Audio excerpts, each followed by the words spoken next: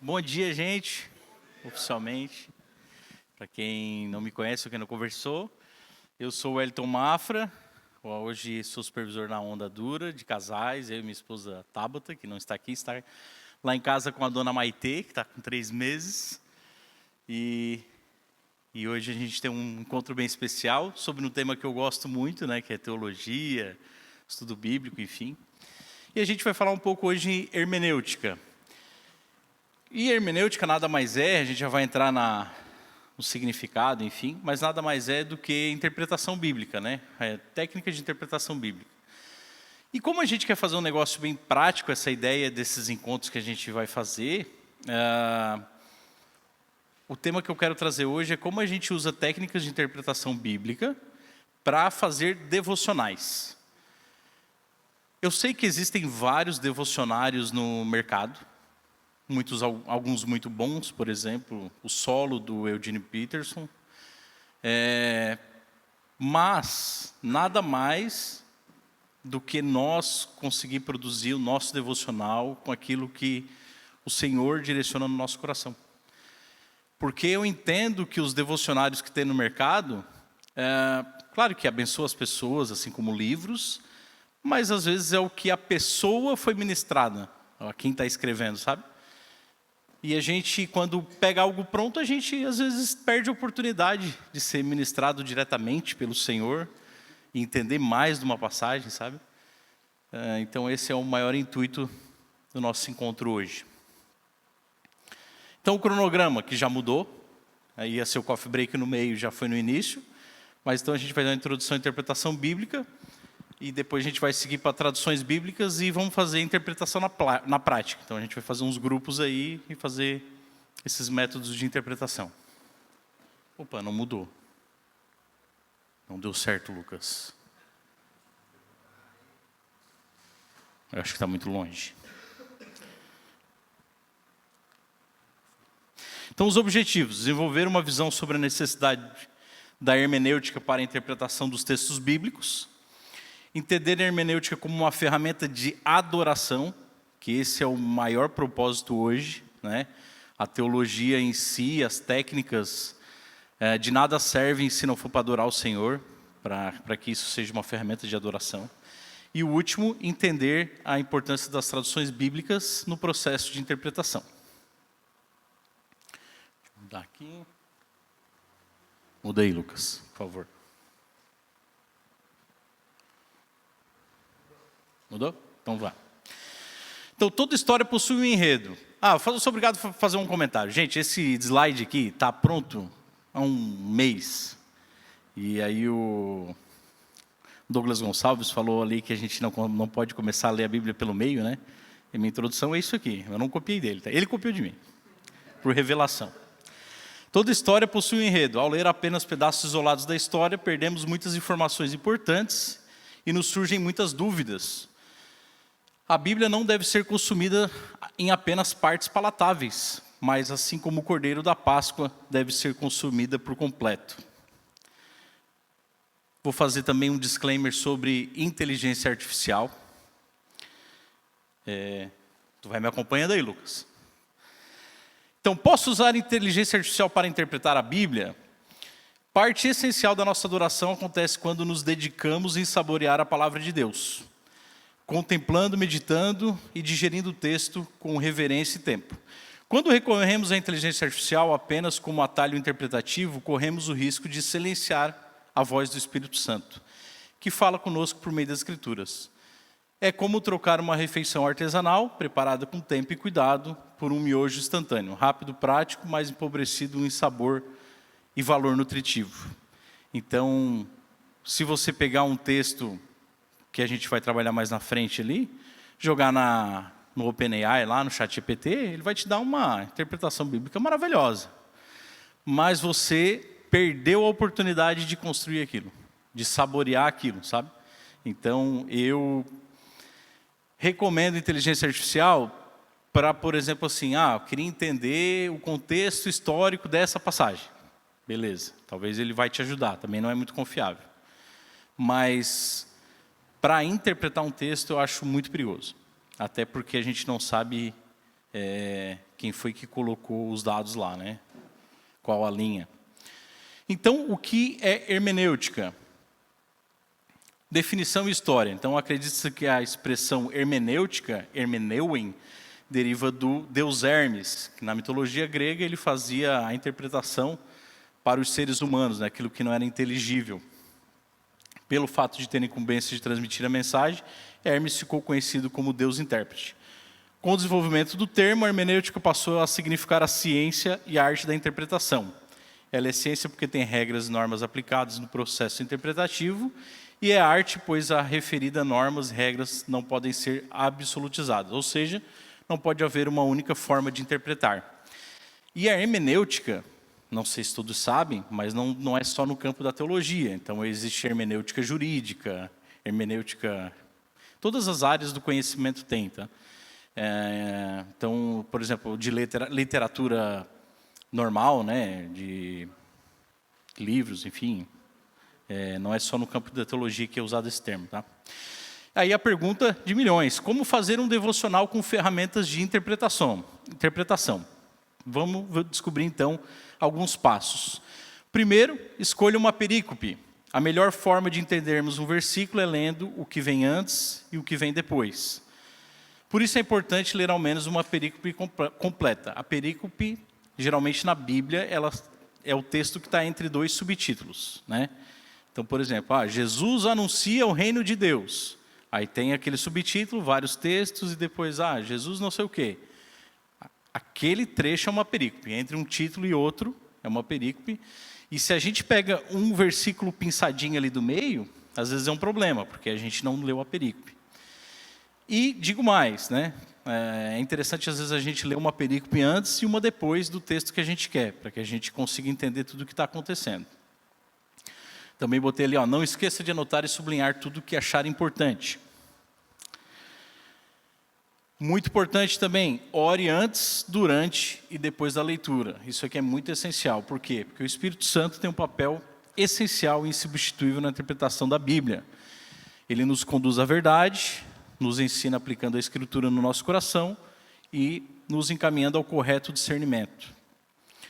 Quando nós oramos, deixamos clara a nossa dependência de Deus e dizemos ao nosso coração em quem está a nossa confiança, né? Então, o processo de interpretação bíblica, ele não pode ser, como eu falei, só para conhecimento. A gente pode se tornar, sim, um mestre em literatura bíblica? Pode, mas às vezes não tem fim nenhum, né?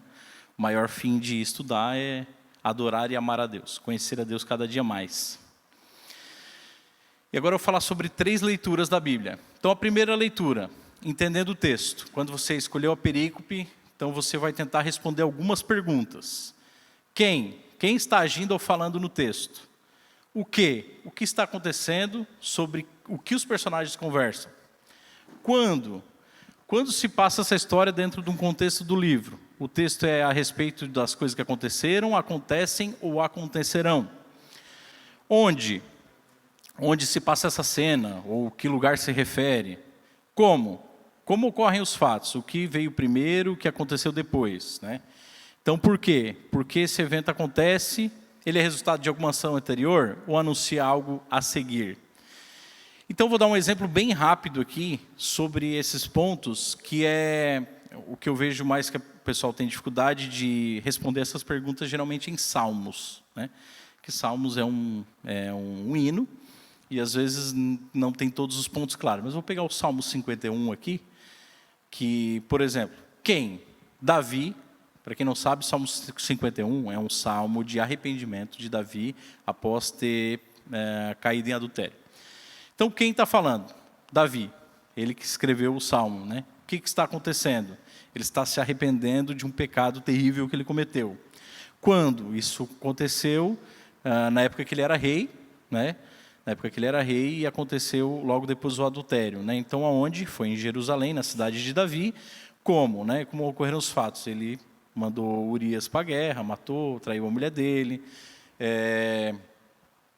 Mesmo assim, ele não se arrependeu. O profeta Natan foi até a casa dele e entregou a profecia dizendo que ele precisava se arrepender. Ele se arrependeu. Então, por que tudo isso aconteceu? Né? É resultado de uma ação que foi o adultério. Então, são perguntas fáceis, que a gente responde e a gente consegue entender tudo o que está acontecendo naquele texto. Vamos lá na segunda leitura.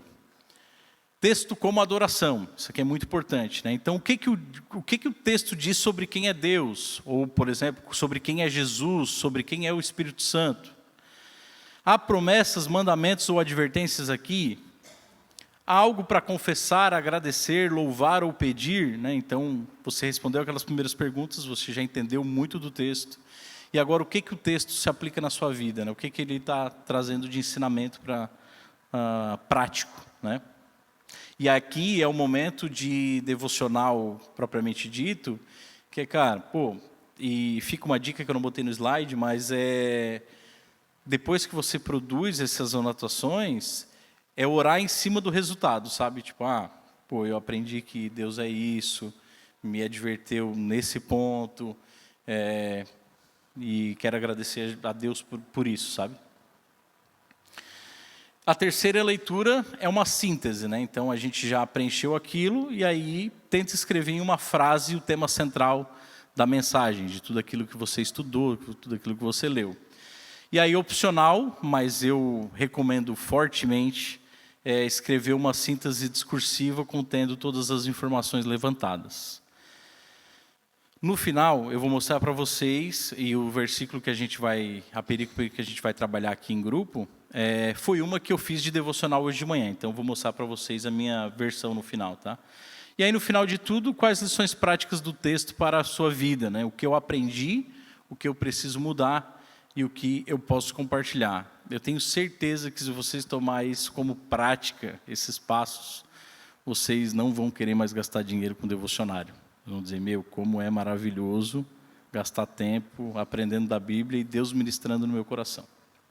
De novo, não estou desmerecendo, mas é outro nível, fazer por conta própria. Aí pode passar, pode botar no... Interpretando a Bíblia com diferentes traduções. Perfeito. Isso é uma ferramenta que eu indico muito também, né? Às vezes a gente acha, não, só posso ter um maior entendimento da Bíblia se eu conhecer os originais, se eu tiver dicionário bíblico. Não. Se você tiver 3 traduções da Bíblia, já resolve muito, sim. Então, eu até trouxe 3 Bíblias que eu uso muito aqui. Deixa eu tirar aqui rapidinho. Esse aqui é minha Bíblia preferida. Vou mostrar para vocês. NAA, tenho há uns 7 anos. Minha tradução preferida, porque ela é Almeida, mas ela é uma Almeida melhor de ler, e eu acho bonito o texto Almeida, sabe? Ele é mais rebuscado, você acha bonito. Tem a NVT, que eu gosto muito, que é a versão oficial da Onda, né? Ela é bem prática, bem explicativa, e eu tenho também a NVI, que é... A NVT está em terceiro lugar no meu coração, a NVI está em segundo, divide ali praticamente com a NA. A NVI é muito boa também. E as NVI, elas têm ótimas notas de tradução nos rodapés. Percebam isso na Bíblia Física de vocês. A NVI tem várias notas de traduções. Inclusive, alguns exemplos de traduções que eu vou dar ali, eu peguei lendo a minha NVI. Nesse ano eu estou lendo o plano anual pela NVI. Eu gosto de ficar trocando também. Todo ano eu leio uma diferente que é bom. Então, traduções bíblicas, para a gente entender rapidinho como é que elas funcionam, tá? Então, existe a equivalência formal, a equivalência dinâmica e a paráfrase. Equivalência formal é basicamente assim, se no hebraico ou no grego tem 10 palavras na frase, a tradução vai tentar traduzir em 10 palavras. Vai ser, às vezes, muito truncado, mas eles querem trazer exatamente a mesma forma e o estilo literário do original. A equivalência dinâmica já não. Ela preserva a ideia, mas ela traz para uma linguagem entendível, né? E a gente tem a paráfrase, que não é considerada uma tradução bíblica oficial para estudo ou coisas do tipo, que são basicamente algum teólogo, algum tradutor que pegou e reescreveu com suas palavras. Então, a gente tem a gente tem a Mensagem, que é a mais famosa, tem a Bíblia Viva, a NTLH. A NTLH está ali entre equivalência dinâmica e paráfrase. Então, para mostrar para vocês ali, né, esse range aí.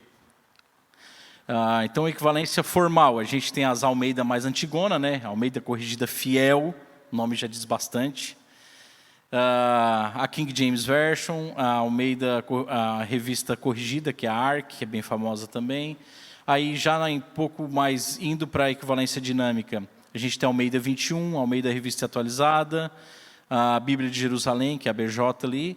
Aí no meio, que são as que eu prefiro mais particularmente, temos a NAA, NVI, NVT e a Bíblia do Peregrino, que eu acho que é alguma denominacional, não lembro se é católica ou presbiteriana, não lembro.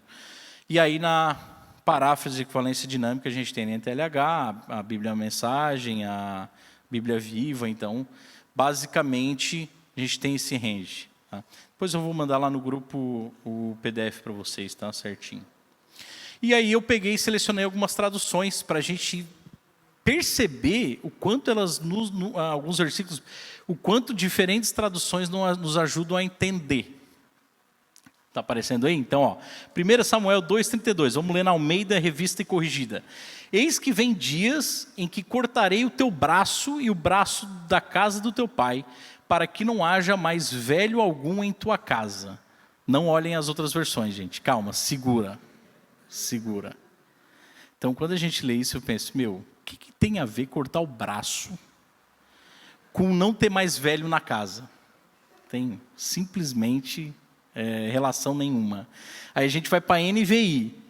É chegada a hora em que eliminarei a sua força e a força da sua família, a família do seu pai, e não haverá mais nenhum idoso na sua família.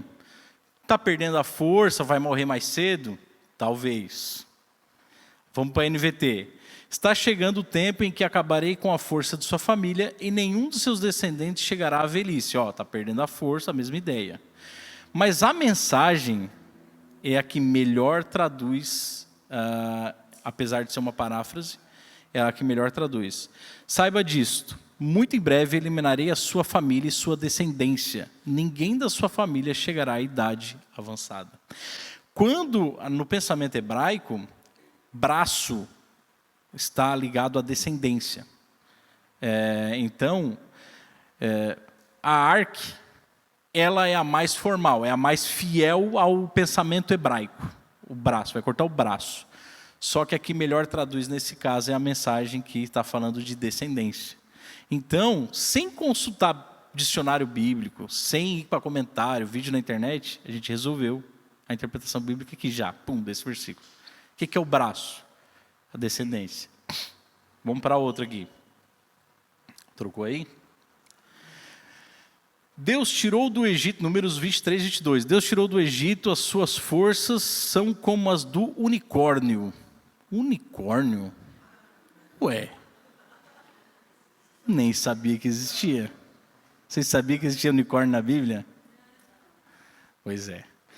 Aí NVI e NVT traduz exatamente igual. Deus tirou do Egito, ele é forte como um boi selvagem. E a NTLH, Deus tirou do Egito, ele tem a força de um touro selvagem, que para mim é a que mais faz sentido, já vou explicar por quê. E a mensagem também traz o boi selvagem. O que acontece? No original aqui, o texto está falando sobre um animal de chifre. É isso, no original. Um animal de chifre.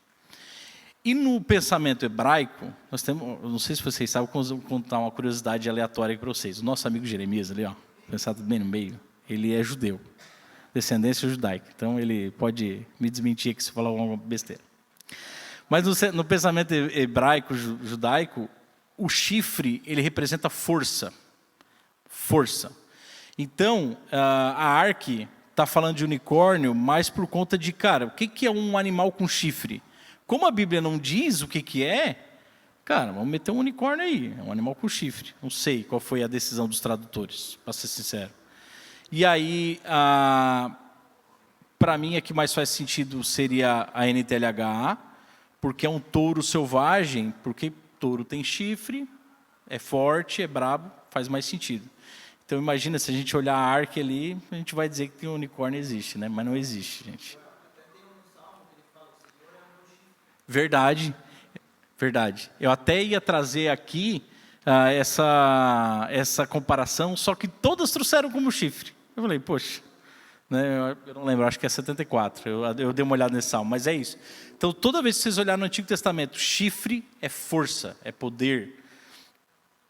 Então, gente, basicamente, com traduções diferentes, você já resolve muito dos problemas já, sem ir para a internet, sem nada.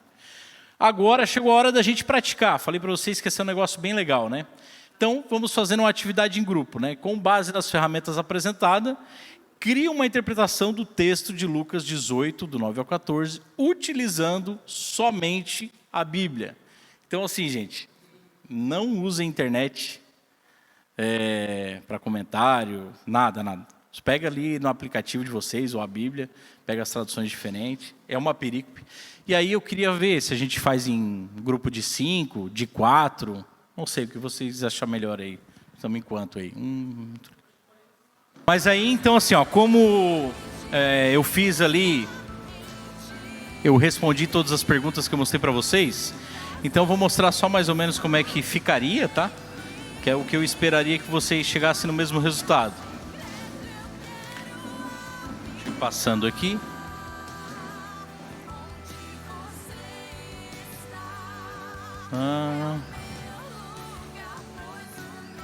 Então vamos lá. Só para vocês entenderem como é que ficaria, tá? Deixa eu abrir aqui que eu leio aqui na minha frente.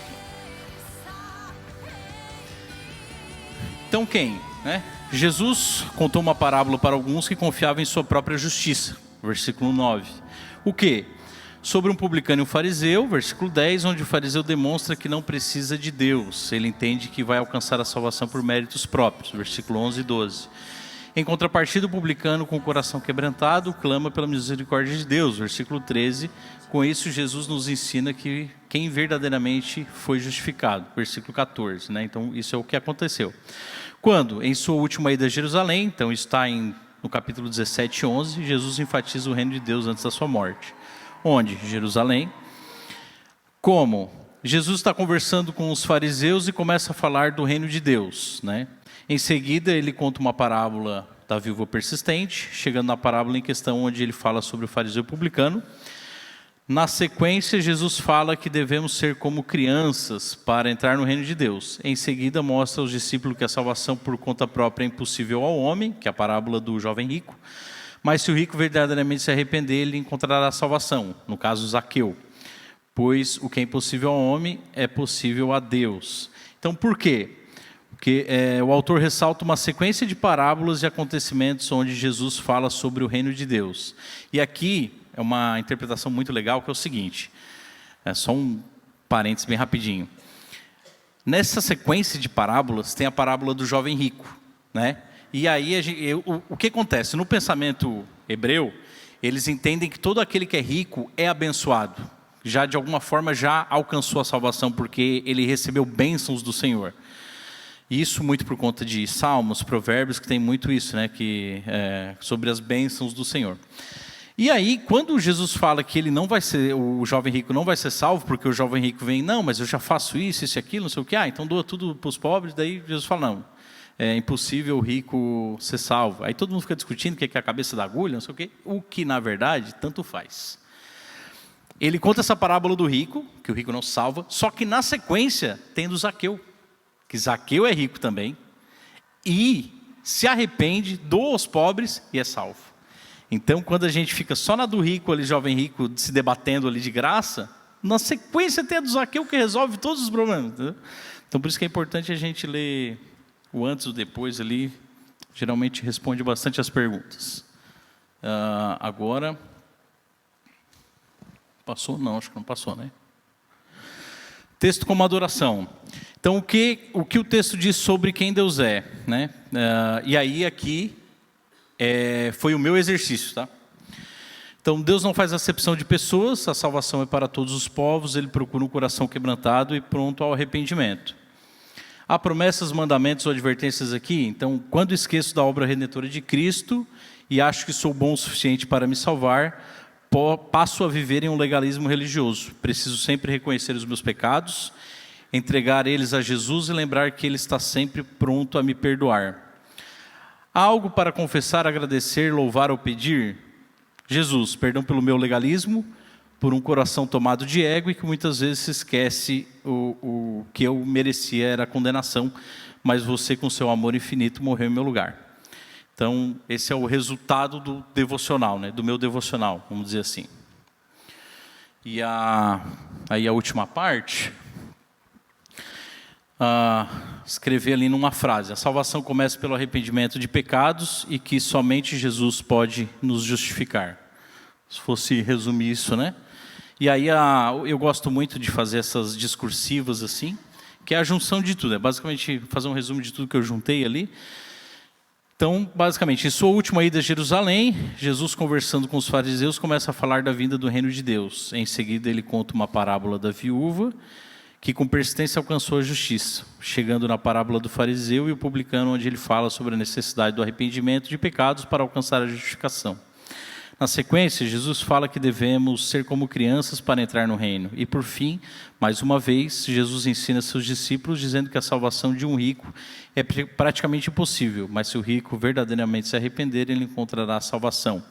Pois o que é impossível ao homem é possível para Deus. E aqui ele está falando da salvação especificamente. E aí, eu botei materiais recomendados ali, que eu vou mandar um PDF depois para vocês. Bíblia de Estudo do Thomas Nelson, é uma Bíblia de Estudo muito boa, ela é NVI, mas tanto faz, o que importa é os comentários bíblicos, né? Mosaico Bíblico é um livreto sobre interpretação bíblica, bem legal, e aí esse outro é mais denso, Introdução à Interpretação Bíblica, já é um livro de 800 páginas, mas o Mosaico Bíblico, que é uma introdução da introdução, ele é 150 páginas, um livretinho assim, bem legalzinho de ler. Depois eu vou mandar lá no grupo lá certinho, tá? Gente, muito obrigado. Tivemos um incidente, né? Não conseguimos concluir as tarefas, mas fica de tarefa de casa vocês desenvolver isso.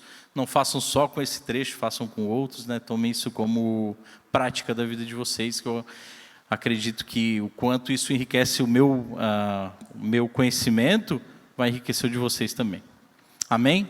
Agora vamos fazer uma oração especial por eles, né?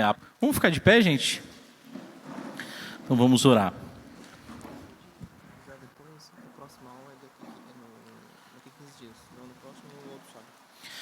Daqui 2 sábados vamos ter uma parte 2 com Jeremias, que vai ser dia 15?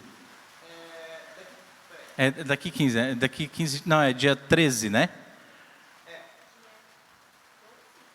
12, gente. Então, fica o convite aí, vai ser maravilhoso esse tempo. E aí vai ser a mesma coisa, né, Jeremias? Acho que vai ser nessa mesma pegada de bem prático, dinâmico, né? Vai ser bem prático, dinâmico nessa pegada assim, né? Com certeza. Isso é o melhor, gente, assim, comunhão, tipo, vamos interpretar a Bíblia juntos, isso é maravilhoso. É muito gratificante. Então vamos orar. Senhor Jesus, muito obrigado, Pai, por esse tempo de comunhão que tivemos, de aprender um pouco mais da Tua Palavra, aprender um pouco mais de como usar as ferramentas para Te adorar, Senhor, que é o nosso foco nesses encontros, Senhor, é amar cada vez mais ao Senhor e cada vez mais reconhecer o quanto nós precisamos Te conhecer, Jesus. Também quero Te